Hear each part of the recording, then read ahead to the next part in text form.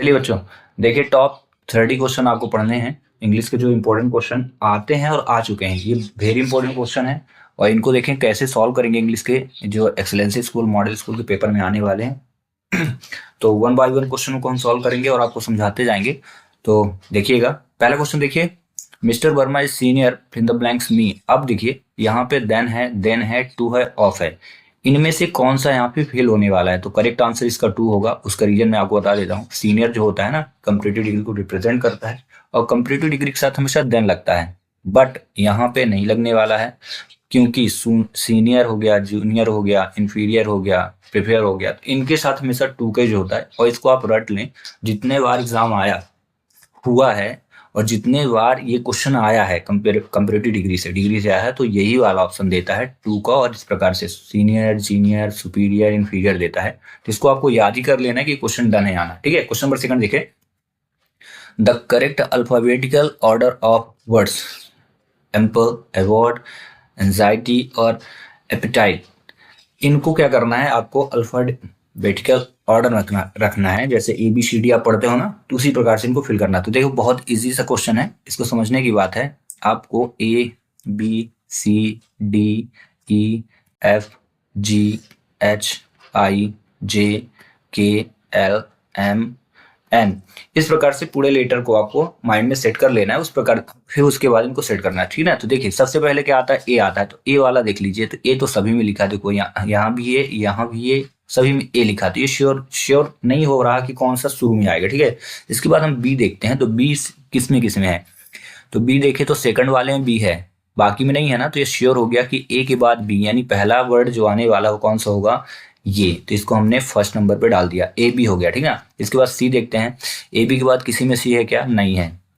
अब सी के बाद क्या नहीं है क्या क्या लेटर? तो यम है और इसमें यन है और ये पी है। तो देखो यहाँ पे एम और एन, पी तो बाद में आएगा, MNOPQR। ठीक है, तो अब यम पहले आएगा फिर एन। तो यम वाला कौन सा है देख लो, ए के बाद एन, तो ये सेकंड हो गया।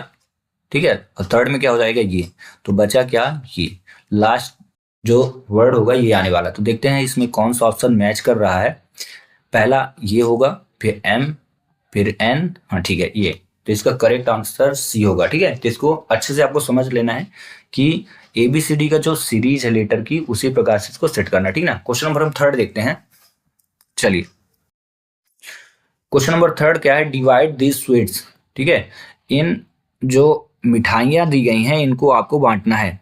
ठीक है, ऑल द स्टूडेंट्स। अब ये जो क्वेश्चन आया है ये प्रीपोजिशन से आया है। ठीक है, तो अगर बच्चों आपसे प्रीपोजिशन या पार्ट ऑफ स्पीच नहीं बन रही है तो आपसे ग्रामर के क्वेश्चन नहीं बनने वाले हैं। ठीक है ना? तो इनको आपको अच्छे से पढ़ना है। Preposition, divide these sweets all the students, तो इसमें आएगा अमंग। पहले तो जान लो करेक्ट आंसर क्या होगा, अमंग आएगा। ठीक ना? अब ये जान लो क्यों आएगा। तो अमंग का यूज क्या किया जाता है? मोर देन 2%, मतलब दो से अधिक जब व्यक्तियों के बीच कोई चीजें बांटी जाती है तो अमंग का यूज करते हैं। ठीक है, मीन्स की अगर बात करें तो दोनों का सेम है, इसलिए यहाँ क्या आने वाला है? अमंग। तो याद रखें, अगला हो सकता है पेपर इस बार हो तो ये आ जाए, बिटवीन आ जाए। इसका प्रयोग करते हैं तब जब दो लोगों के बीच में कोई चीजें बांटे, जैसे राजू एंड श्यामू, राजू एंड श्यामू कर दें, राजू एंड रामू कर दें। ठीक ना? और लिख दें कि divide these sweets Ramu and Shyamu, उसके पहले फिल द ब्लैंक्स। तो क्या होगा? Between Ramu and Shyamu. ठीक ना? तो 2% के बीच बिटवीन का यूज करते हैं और मोर देन 2% के बीच क्या होगा? अमंग का। तो करेक्ट आंसर ही आपका अमंग होगा। चलिए फोर्थ क्वेश्चन देखते हैं। Find out the odd one from following. इनमें से आपको पता करना कि इनमें से कौन सा अलग है। तो इसका हो जाएगा चेयर, क्योंकि बच्चों इंक, बॉटल और पेन ये स्टूडेंट की लाइफ है। ये सारी चीजें आप अपने बैग में रख के चलते हैं ना, इनके बिना तो आप अधूरे हैं। ये आपका ऑप्शन ऑड है, बाहर है इन ऑप्शन में से। ठीक ना? कुर्सी तो आप बैग में तो नहीं रख सकते हो। ठीक ना? चलिए क्वेश्चन नंबर 5 देखते हैं। The opposite of include. Opposite का मतलब होता है उल्टा और इंक्लूड का मतलब होता है सम्मिलित करना यानी एकत्रित करना। तो क्या होगा? एक्सक्लूड यानी अलग कर देना। ठीक ना? तो ये हो गया। अब हम क्वेश्चन नंबर करते हैं 6। तो चलिए क्वेश्चन नंबर 6 देखते हैं। My brother is fill the blanks SDO। तो जब इसको हम पढ़ रहे थे तो इसका उच्चारण क्या है? ए से आया, SDO। और ए क्या कहलाता है? स्वर कहलाता है। क्या है? स्वर। और स्वर के पहले एन का प्रयोग करते हैं। ठीक ना? AN। ठीक है, वहीं अगर उच्चारण इसका क्या आता? व्यंजन में आता, का, खा, गा, या अन वर्ड्स में आता तो हम इसका फिर ऑप्शन चूज कर दे क्या, ए, बट यहाँ ऐसा है नहीं तो ये रॉन्ग हो जाएगा। और द का प्रयोग पर्टिकुलर थिंग्स के पहले करते हैं, ठीक है, ठीक है, तो यहाँ पे बिल्कुल भी नहीं आना है, ठीक है।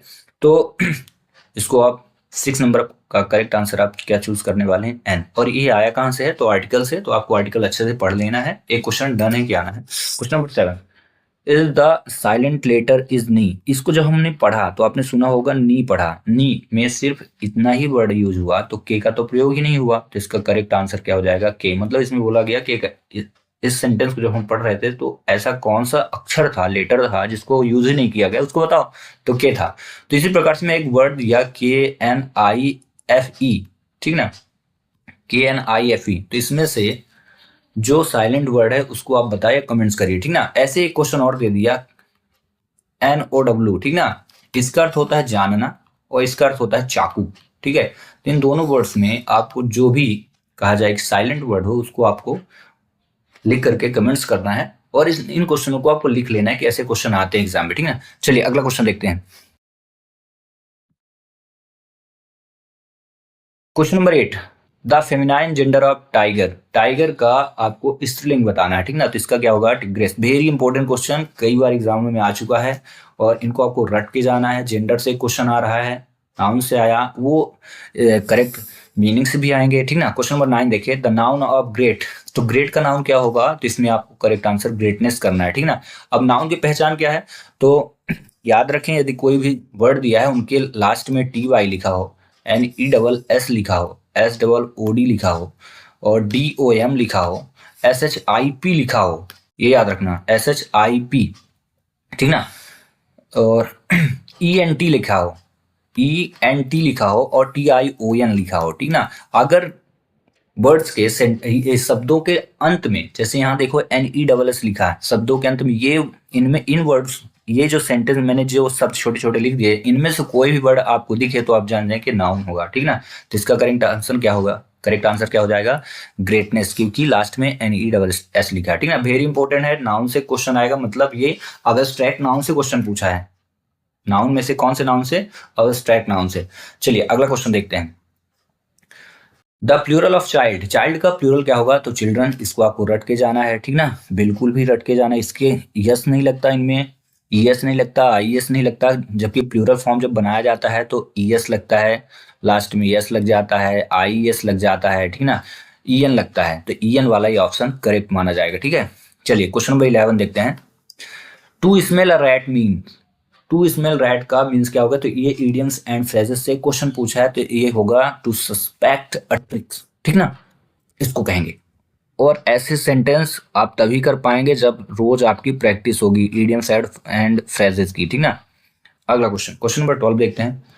Animals that can leave both both on land and water. एक ऐसे जीव का या जानवर का नाम आपको बताना है जो दोनों जगह पे रहता है। बोथ मतलब दोनों, लैंड मतलब भूमि, और वाटर मतलब पानी, तो ये होगा एम्फीवियन, ठीक ना, उभयचर प्राणी इसको बोलते हैं। और ये क्या होता है, फ्रॉग होता है, ठीक ना, जो दोनों ही स्थान पर रहता है। चलिए एक क्वेश्चन 13 नंबर देखते हैं। I like sweet, the correct negative, sweets the correct negative sentence. बोला है कि इसका निगेटिव फॉर्म क्या हो सकता है, वो भी सही तरीके से। तो याद रखना, बर की यहाँ पे फर्स्ट फॉर्म आई है, और बर की जब फर्स्ट फॉर्म आती है और इसका जब निगेटिव बनाया जाता है तो डू प्लस नॉट लगता है। क्या लगेगा, रट लो बिल्कुल, डू प्लस नॉट प्लस बर की फर्स्ट फॉर्म रट लो, प्लस अपने यार दोस्त मित्र सखा फ्रेंड को भी भेज देना, ठीक है ना, जल्दी से जल्दी, जिससे अगली वीडियो में जल्दी से जल्दी बनाओ, 100+ लाइक बना देना। चलो अगला क्वेश्चन देखते हैं। तो इसका करेक्ट आंसर क्या होगा, याद क्या रखना है, बर की फर्स्ट फॉर्म आए तो उसके साथ क्या यूज करेंगे निगेटिव फॉर्म में, डू प्लस नॉट प्लस बर की फर्स्ट फॉर्म। तो देखिए फिर यहाँ डज लग गया भाई, ये रॉन्ग, डू प्लस नॉट लगा है, इसमें नॉट लगा है, इसमें लाइक लगा है, दोनों गलत। तो करेक्ट आंसर ये हो गया, ठीक ना। पहले हम चूज कर लेंगे करेक्ट कौन सा है, तो डू प्लस नॉट, ये लिखा डू प्लस नॉट, और लाइक बर की फर्स्ट फॉर्म है, ठीक है। I do not like sweets, मुझे मिठाइयाँ नहीं पसंद है।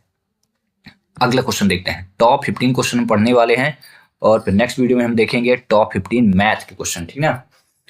The rhyming word of sign. Sign का राइमिंग वर्ड क्या होगा, जैसे रोटी छोटी होता है, ठीक ना, इसी प्रकार बैट शैट होता है, कैट मैट होता है, तो साइन का क्या होगा, 9 होगा। क्या होगा, साइन का 9, ठीक है, ये राइमिंग वर्ड हो गया। अब last question of this lecture the past participle of know. तो ये देखो, ये वर्ब से आ गया। देखो, किसी वर्ब के 3 फॉर्म होते हैं, ठीक है, उसमें से आपका ये तीसरा फॉर्म पूछ लिया, पास्ट पार्टिसिपल, ठीक ना। तो ये क्या होगा, नो का न्यू होता है और न्यू के बाद नोन होता है, ठीक ना। तो यहाँ पास्ट बस पूछा होता द पास्ट फॉर्म तो फिर नो का न्यू करते, लेकिन इसने पास्ट पार्टिसिपल पूछा। पास्ट पार्टिसिपल जो होता है वर्ब की थर्ड फॉर्म कहलाती है। तो यहाँ क्या होगा, नोन होगा, KNOWN। तो कहने का मतलब इस क्वेश्चन से ये सीख मिलती है कि वर्ब से भी क्वेश्चन आ रहा, मतलब वर्ब की आपको सभी फॉर्म भी रटनी पड़ेगी। तो रट डालिए। मिलते हैं नेक्स्ट वीडियो में। Thanks for watching.